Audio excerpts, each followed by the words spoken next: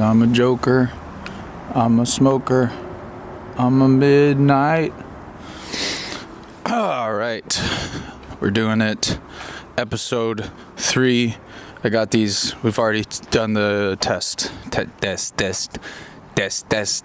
this microphone. Testicular cancer. I have big testicles. I was born as a Filipino with big testicles. I have big balls, but my penis is very small. Sorry about that. That was what was in my head. These are peach trees, and it's a pink microphone today. Pink in my vocabulary, in the way I think about colors, and my life represents the renewal, the thing after the misdirection, the tag in the joke, what's coming next. And so I'm back. I just ate In-N-Out, so a little congested. But yeah, I'm out here back in my hometown of Boracay, the Philippines. No, I'm in Culver City. I'm right here in my backyard, and I'm back. This is crazy. I don't know if I'm gonna work tomorrow. I don't have anything scheduled yet, no gigs, but I'm gonna go to Bible study tonight with my brothers. We're gonna talk about our feelings and hopefully get more manly and strong. I was listening to Andrew Tate before this on Patrick Bet David. Man, that guy's intense.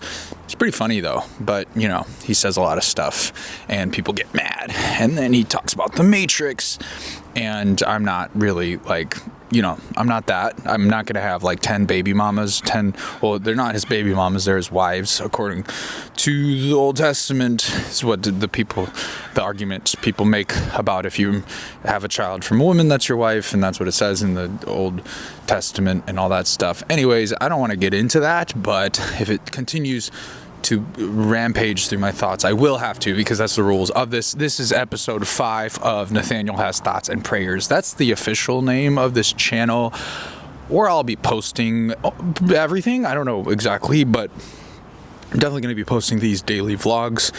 And I don't know if this is going to be called like free speech challenge. See, I'm burping a lot. That's the interesting thing, is like when you're a singer, you got to maintain clear airways, because you never know how that's going to affect your speech. You don't want to eat like a pizza before going on stage, because you might fart and burp. But I find that as a comedian, you could pretty much eat with whatever, because it's like if I burp on stage, it's kind of funny.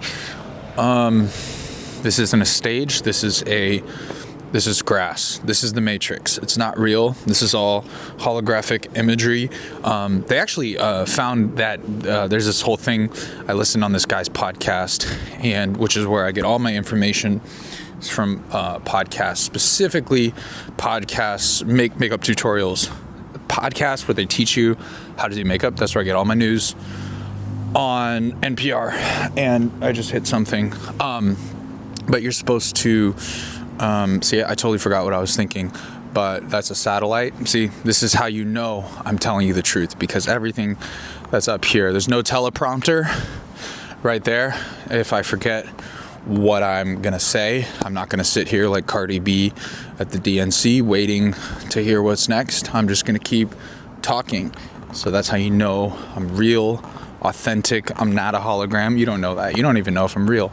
I'm on your computer screen, or your phone, or whatever you use to watch stuff. And so I'm here, real, in person, in the flesh, moving in the spirit, because the Spirit of God is hovering over the waters, tohu and vabohu. See, the Spirit of God was hovering over the waters. And my name is Jordan Peterson, and see, think about Job. He loves Job now. That's like Jordan's favorite. He loves bringing up Job and Noah. Obviously, Jesus Christ himself, he did a whole series on the gospel, but he loves bringing up Job and Noah. I've noticed Jordan loves that. God, I hope to meet Jordan one day. I certainly will, if I play my cards right, unlike Zelensky didn't play his cards right because they were playing poker, and he didn't, he had a flop. Okay, I can't stop myself from going into places that I don't want to go. I'm kind of like Putin In Russia, no, he wanted to go there. Well, he said he didn't because NATO breached their terms of, they said Ukraine. See, how do I avoid stepping on weird landmines, war analogies, because that's what's on my minefield. I'm gonna sit in that one for a little bit. Stepping on rakes like Sideshow Bob. That's the thing. Like right now is free speech. It's like what can and can't say. And I think I'm sort of. Andrew Tate's claim is like you can say whatever you want, but you got to be prepared to defend it and fight. And so I've been thinking about that. Like, do I have the capability to defend myself physically? And I'm actually taking capoeira right now. I can do like kicks and stuff and this and like protect. I'm not that good at it yet. I can't really do much.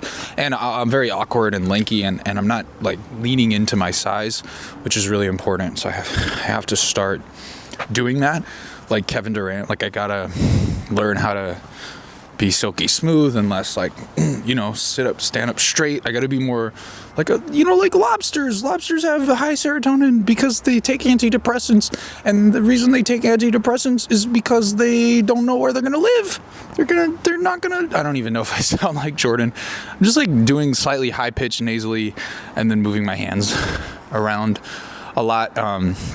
I know how to do the Filipino accent. I think I missed it on the recording yesterday or 2 days ago. So, I mean, you basically just have every vowel. Like Filipinos, they're all short. Even their vowels are short is the premise. Something about them being short. I think I said even their microphones are short. It's a euphemism for their big testicles. Big Filipinos have big testicles. They have small women and big testicles. We got big balls. Big ball. That's what I'll probably do when I do this eventually. On stage, in the flesh, in person, monster trucks. Right? In the person, in the flesh. Come see monster trucks. I wish we could still do that. Monster trucks are, kind of like the last.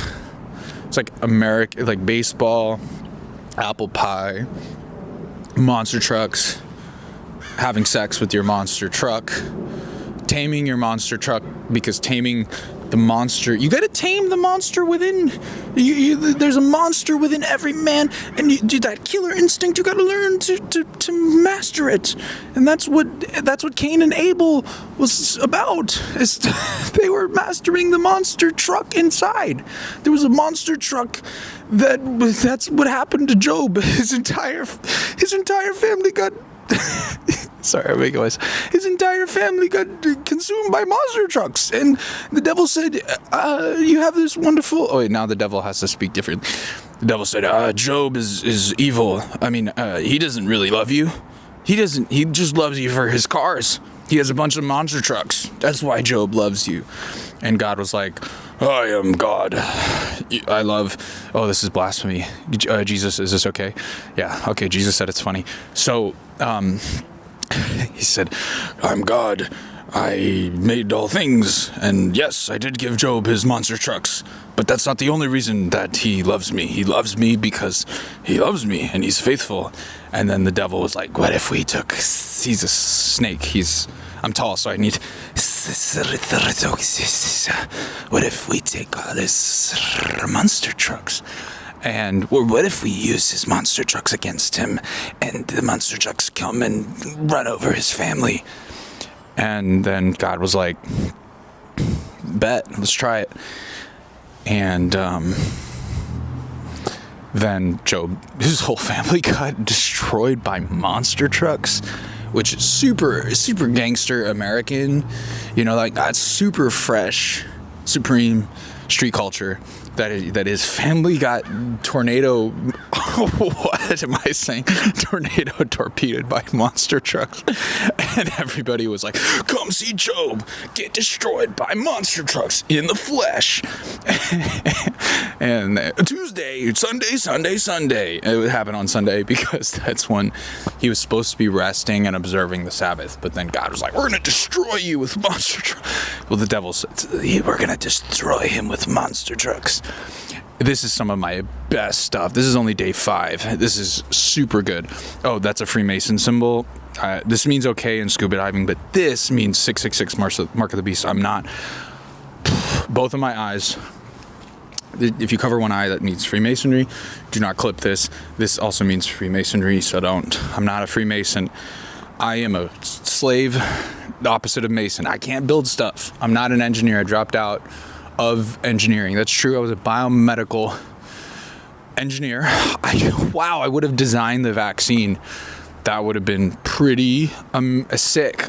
I could have been a biomedical engineer. I could have designed Pfizer vaccine monster trucks. And that could have been what I did, and I could have got paid big bucks. I want to make sure this is recording, and you know what, this is kind of silly, so I'm just going to keep talking and making sure I'm recording. I put do not disturb today because nobody is going to disturb my monologue about vaccinated monster trucks, the most American thing. So I could have been designing monster trucks that delivered the vaccine to underprivileged communities in Rwanda.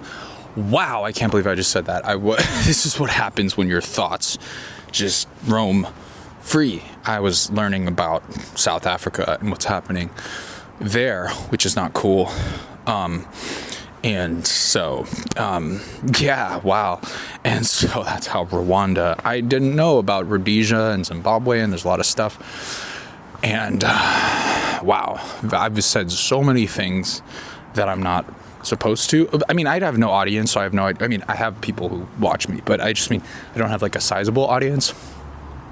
I do have some money. I have privilege. I'm super white privileged. I live in my parents' house. It's a really nice house in Culver City. We own it. They paid off the mortgage. I get to be here and inherit it, and I'm doing pretty well because of that. I'm 29. I'm not married, so I'm a failure. But I do live in a pretty dope house. Get to have low overhead, invest in stuff, and just hang out. And so that's cool. I got my white privilege back. I revoked it at one point. I left my house. I was very resentful towards my parents, and then I forgave them. And then I inherited white privilege. So that's how you get white privilege, is you forgive your oppressor. Wow, that's actually kind of profound, but it's stupid at the same time. But that's true. If you forgive your oppressor, then you inherit whatever privilege that they got. If they also, if you reconcile, Truth and Reconciliation, South Africa. But bad stuff's happening there. They're talking about killing Boers, like people, Boers, the Boers, not the Boers, but they call them pigs. They're like, these farmers are pigs. Crazy. That's like Animal Farm stuff, because those pigs killed the farmers. So if they're pigs and farmers, it's like some next level Inception type stuff, so whatever's happening there. They got cool accents, though. They got cool South African. I had to say something. Keep it light. This is not about being, it is just about saying stuff. And so it's very hard if you're completely unfiltered to say anything of like cohesive, transcendent value that lasts 30 minutes. I can say some profound stuff here and there, but make myself laugh. God, this is the birth of something, because I can sense, like I was funny at one point, like I was very funny according to other people. That's the truth. You can't say you're funny. And then also when you say you're funny, it's like, I disagree. So I've been told that I was very funny. I wasn't like, you're the funniest. Well, actually one person did say that, but he was like drunk. He was at a bar in Ventura, and but he was just like, I watch a lot of comedy. I was like, he's like, how old are you? And I was like, 22. He's like, you're one of the funniest people I've ever seen. You're gonna be a superstar. And that guy got run over by a monster truck. Oh my God, he did. They were delivering vaccines to the bar that I was performing at, and the monster truck ran him over, and his name was Steve Jobs. It was Steve Jobs was telling me, oh, it's really funny. He's like, we're going to let you paint this mural at Apple, and we're going to give you equity in the company. And I said, I don't want equity. I just want diversity and inclusion. Wow, this is super fun to do. I'm surprising myself. So I didn't take equity in Apple. I took diversity and inclusion in the company.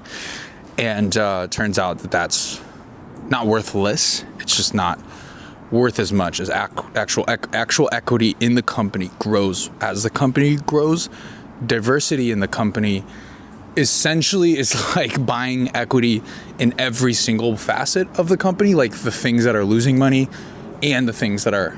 Does that make sense? Like I had stock in things that were expenses and the employees and the I had equity in every single. Does that make sense? Like when somebody bought eggs for the company in their fridge, I also had to buy a percentage of those eggs. And so over time, the exact net whatever I got was exactly what the company made. Does that make sense? Like the profit wasn't exactly a percentage of. So ultimately, because every expense also equated to the profit that I would get, and I got an equal percentage of all of that, it ended up being exactly the same thing as equity. Actually, that's crazy. So the diversity in the company was the net equity, is the exact same thing. And then the inclusion in the company that I got, like I got a percentage of the inclusion. That was hard because they had to decide what percentage of each population. So I got like 10%. Well, no, it wasn't that much. I think I had like a 2% inclusion stake in the company. So I had 2% of every like, so if they had 6% black people, I'd get 2% of all the profits the black people would see. This is super racist or whatever. I don't know. So I got fired. But I still own the percentages of Apple. This was Apple. In this thing, yeah, Apple is where but then Steve Jobs got hit by a monster truck at my show after he told me I'm going to be one of the greatest comedians of all time. So that happened to me. You don't see me complaining about it. You don't see me talking about like white men are getting oppressed.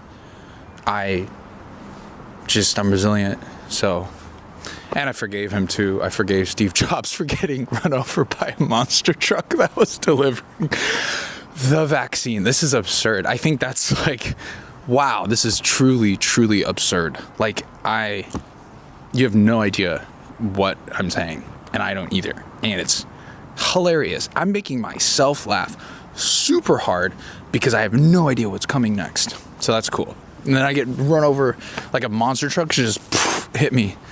Imagine this is how I perform. Like this would unleash me as a human being, as a comedian. He's a Filipino comedian.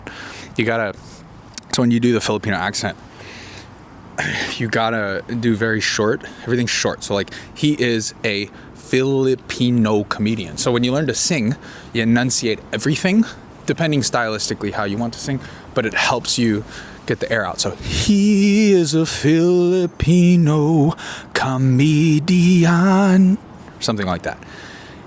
He is a Filipino comedian. Like you gotta just let it. Everything's shorter. The people are shorter. Their microphones are shorter. Their women are short. Everything's shorter in the Philippines except their balls are huge. I have super big testicles. My testicles were so big that I got to testicular cancer. Wow, that's sad. Moment of silence. Well, I can't do moments of silence because I have to say what I'm thinking. Moment of pause while I continue speaking about those lost to testicular Filipino ball cancer. Wow. Okay, so then you have to make everything shorter. And then on top of that, you have to, like, I was thinking about how because of that, your lips are closer together. You're like kissing every single word You're deliciously savoring every single syllable. You know, like he is a Filipino comedian. But you know, like touch your tongues to your. You gotta think. You gotta say everything, thinking about how short the vowels are and how big, like how masarap, juicy, delicious every Filipino man's balls. Okay, I can't do this. I can't continue on this. But we're about 15 minutes in, and I've completely torpedo, monster trucked my entire non-existent career with this video, because by this point it's 2 weeks from now, whenever this is coming out, it's probably 2 weeks from now or something. So like in that time, I'm gonna get super famous and then also get canceled for saying nothing and breathing a lot, like you know, they're gonna get mad. They I don't know who they. Andrew and the Tate brothers are gonna come get me. They're gonna that guy's huge. He's really, really buff. And he like yells. He's like, you know, he's very, but he is funny. I'll give him that. He's very funny. He's like, I noticed how he was in each podcast and each thing, like he was weaving in callbacks. And so that's how you know he's joking. Like that's, for people to do that, callbacks are an inherently comedic art form, generally speaking. I mean, you can foreshadow stuff and then bring those things in. But obviously he does say a lot of stuff that he believes. And from experience he has. And then he's like, if you disagree with me, I'll literally destroy you. Like he's like, if you disagree with me and my fatherhood, like my kids will kick your kids' butts, which is crazy. That's not how we settle things at the preschool I worked at, where we beheaded all the teachers because we were a communist preschool. This goes back to a video from a few days ago that I forgot that it stopped recording, so the whole bit got destroyed by monster trucks. But I do love the idea of me being able to call back other videos of other bits that I made, and this is like an ongoing callback of, this is next level. This is genius. I am not a genius, but I'm allowed to say genius because I have a lot of genius friends, so I can use that word. See, this is what comes out. I used to talk like this in a college campus at UCLA, and then in 2013 they started instituting trigger warnings, and then we had to perform after like land acknowledgements, which is truly insane. Like you're like, get up, you're like, hey, I'm sorry for taking up space, and then and then you're supposed to speak. It's truly insane. Like, I'm sorry that I'm speaking on dead people now. Jokes. It's like, what? That doesn't, you can't do that. And if you like don't, oh, sorry, we stole your land, or we didn't, but our ancestors did. We're not giving it back though. Like, what? It's completely baseless morale dampening virtue signaling. That's what it is. Virtue, I'm a good person, which is the greatest lie the enemy can ever tell you, is like, you're a good person. No, you're not. I'm not a good person. That being said, Jesus Christ redeems me, and he takes the place of all the sins that I've committed so that I can be redeemed and be renewed, and my flesh can die so that the Spirit can enter me, and then I can, with Jesus Christ in mind, with the goal of the kingdom of heaven, with him in mind, with him all things are possible, which allows me to be virtuous, to be the righteousness of Christ, right? In Christ we are God's righteousness. I can become that only in him if I'm in Christ. So to be doing a land acknowledgement and then being like, sorry, but I'm sorry, I'm a good person, but I'm sorry for what they did. Truly insane. And you're like, sorry that I'm getting an English degree that I'm not going to use, and then I'm like a waste of space. That's me. That's what I did. Sorry, I'm wasting my parents' money and stealing their inheritance. You know, like, I'm sorry my parents sacrificed from the Philippines to come to this place so I could get an English degree because they don't believe in me.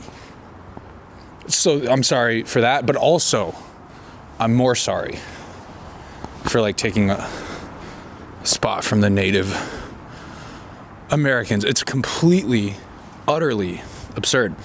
And I understand that when you're 19, you're like, wow, I'm grappling with the fact that I suck. Like, you're learning that you suck, right? Especially if you go to UCLA. You're like, wow, I'm like great. And then you go there. I don't know why I did that. Great, you know. This is like, I hope I don't become alt hack. Like in LA, there's like these alt comedians that were very hack because they'd sing and dance everything. And then they'd go like, fellas, ladies. They do all these Def Jam. They were doing blackface, honestly. Like they were copying Def Jam comedy from like the Apollo area, like Steve Harvey, who was great until Cat Williams told all the stories about him. He would sell monster trucks to deliver vaccines to run over Steve Jobs. And that guy, yeah, it's crazy. Steve Harvey would do that. He was a car salesman. Don't ask me how I knew that. They gave me the Epstein files. It said Steve Harvey sold cars. He wasn't on the flight logs, but he did sell the planes to do that, to fund his comedy career. Anyways, that's a whole nother thing. But yeah, they would do these like hack things. And they knew it was hack because they were copying something. I mean, maybe they copied each other, but they're just like copy black urban comedy and then do it in like a coffee shop. And there would be no joke. It would just be them doing these hack things, being like, this is ironic that I guess it's ironic because you're like, I'm a whitey white with white privilege doing black stuff. Isn't that ironic? And it's like, bro, that's what you say is wrong. So yeah, some of them were funny though. I mean, they would use that, right, as a tool to dig their own graves. So they would do that, and it's kind of funny. So I'm hoping that I don't like dance. I don't know. See, I'm just being free in my body, and I'm very lanky and awkward, and I'm not very lobster. Maybe that's why Jordan Peterson does that all the time. He's like, I'm a lobster, you know, because lobsters have all these things, you know, like this. They're like, I'm a lobster. Well, lobster. Oh, stand up straight, arch your back, and do this. wax philosophical about the status of hierarchies within the lobster kingdom. I read his book 12 Rules for Life. It's very useful. I also read his book 12 Ways to Break the Law and Kill Yourself. That was not Jordan Peterson. That was Jordan Matthews' daughter. I'm disappointed in that one too. But I thought it, I said it, I have to say everything. I'd say that a lot of this is coming from Jordan Peterson's ethos. I went through a mental breakdown, so hence I'm going to read a lot of psychology and get whatever I can get my hands on. He's a public-facing intellectual posting his lectures. He would improvise his lectures, and I saw him at the YouTube theater talk about the Bible, and like 6,000 people showed up, and I gotta say, it was completely blasphemous because he's not a real Christian, and I hated every second of it. No, I was honored that whether or not he has he's been filled with the Holy Spirit, I don't think he's been baptized, he is at least trying to understand. And that's pretty awesome to me. And I know Jesus has appeared to him in visions. So I know Jesus. That means he showed up. He knows the guy. There's more to it than that. But he, speak the truth. Don't lie, tell the truth, or at least don't lie. If you know what you're saying to be a lie, then don't say it. And this is completely unfiltered. Everything I'm thinking is what I'm saying. So I know I'm not lying to you. That's one thing. I know I'm telling the truth. He also said, I tell you the truth of what I think, or maybe he said it more of an imperative. Tell the truth of what you think. That doesn't mean what you think is true. So just because I'm saying this doesn't mean it's true. How do you understand truth? Truth is negotiated. It's the veracity of one's claim is built upon the preconditions of community and relationship. How do we know that something is true? Well, wherever two or more are gathered, there I am, and they agree. There I am in their midst. The word competence literally means the place of highest agreement. So there's competence and the truth, Competence is predicated on the truth because everybody has to agree. So you don't get to say like, this is my truth. My truth. There's no such thing. Yes, there is an agreement, a foundational truth that you inhabit. But I certainly know that there's no such thing as my truth. That's not the definition of truth. Truth is a definable element of relationship. Everything is predicated on the truth. So if there's multiple different truths, then you just build things on top of it. But it's I'm the way, the truth, and the life. They're all the same thing. Jesus Christ, the truth, the way, the life. And they go, oh, that's a man. No. But anyways, I digress. There's so much to this, and really I'm just copying black comedy that I saw. Like all of this, the Jordan Peterson stuff, everything I just said, I stole that from Def Jam. So what am I going to say? You guys don't know this, but if you look up Steve Harvey's sets from back, this was post Monster Truck, it was post him quitting his Monster Truck sales job, pre him selling planes to Jeffrey Epstein. Wow, what am I saying? So Steve Harvey taught me this. Oh my God, where is this going? Steve Harvey taught me how to do comedy. That's what he taught me. To always wear oversized suits and to sell planes. He taught me. That's why the monster trucks were getting so delivered so often to where I was going, because sometimes Steve Harvey would send me monster trucks as a reminder, like, hey man, don't forget where you came from. I have flight logs of you not flying to I never went to Epstein's Island. I did get flown to Steve Harvey's studio in Family Feud, where underneath they would do crazy stuff that they would sell toys to indigenous peoples of Africa. Why? See, this is how I can't, that's improv, but this is the difference, I think, because like improv comedy nowadays, you have a team and stuff and there's a structure, but they're not going to actually say what they're thinking. I mean, there's certain things that I'm thinking that are getting cut off and I'm not saying them, but the rule of this game that I created, this Squid Games thing, is that I have to behead all the intellectual elites because of communism. That is the rule of this game, and I have to say, that's not the rule. The rule is I have to say everything that I'm thinking, no matter what. Call it schizophrenic. I call it integrative phrenics. Phrenology. No. Schizophrenic means split brain. Phrenology, brain. Schizo is split. So I'd say this is quite the opposite. This is an integrative practice where I'm saying every single thing I'm thinking.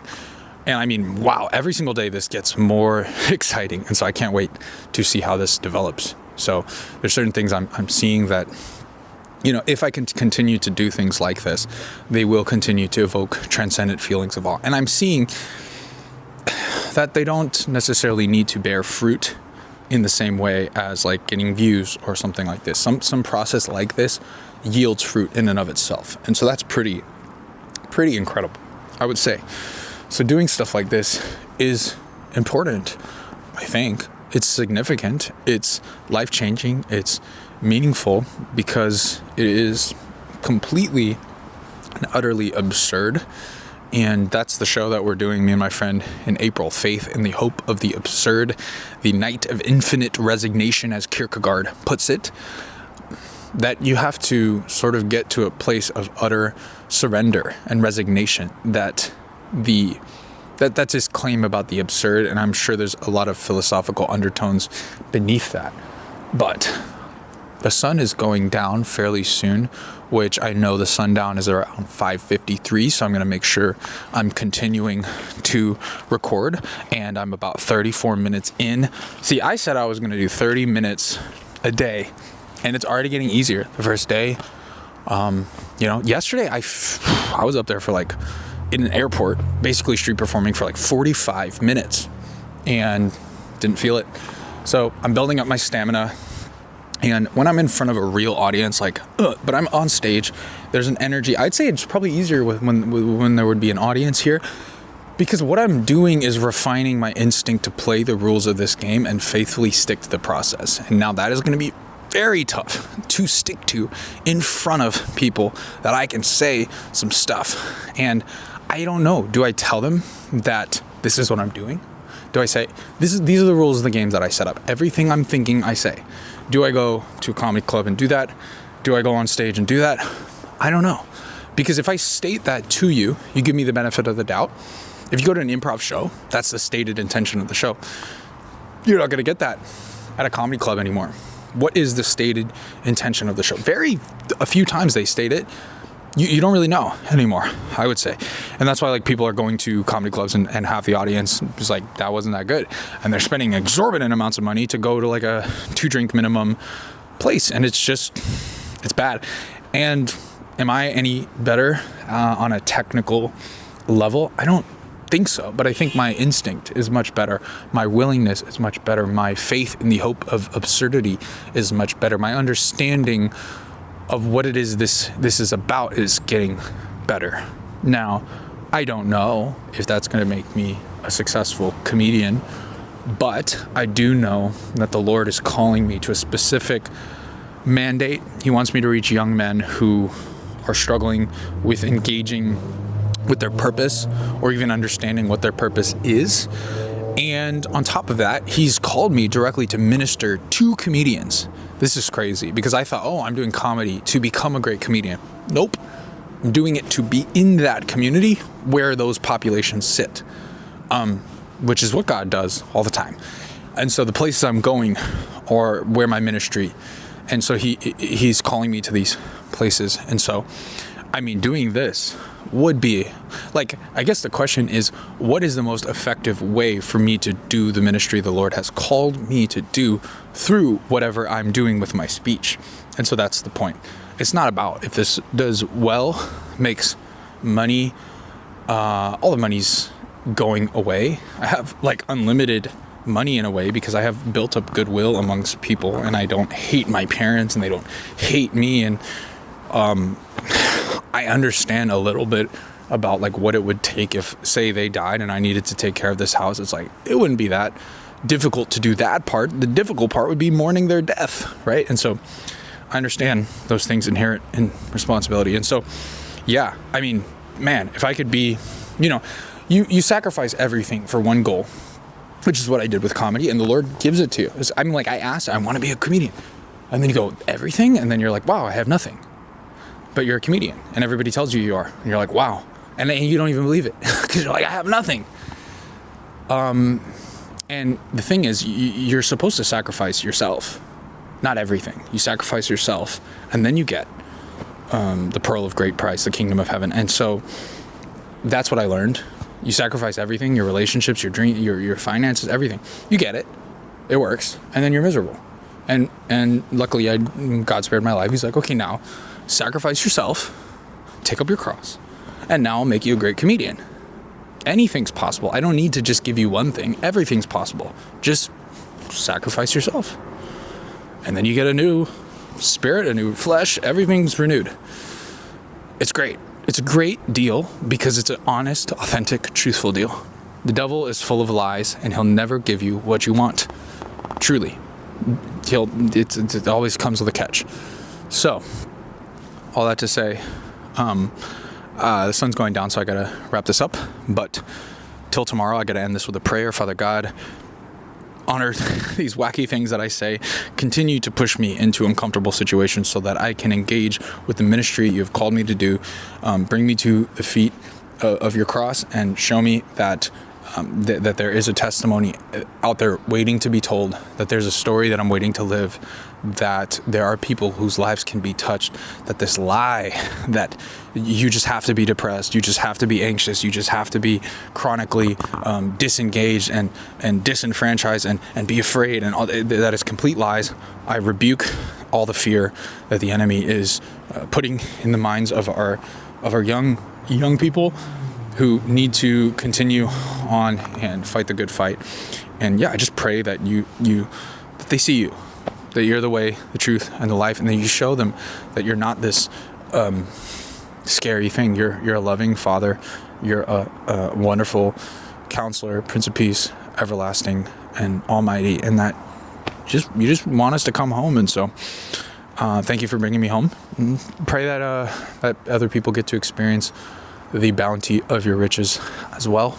And I thank you, Jesus, for your sacrifice on the cross, and give us the courage to take up ours. Thank you for your burden and your yoke, which is light and easy. Thank you so much for the peace that you've given me. And I thank you for my family and everybody. And I pray that everybody receives your grace. In Jesus' name, amen. God bless. See you tomorrow.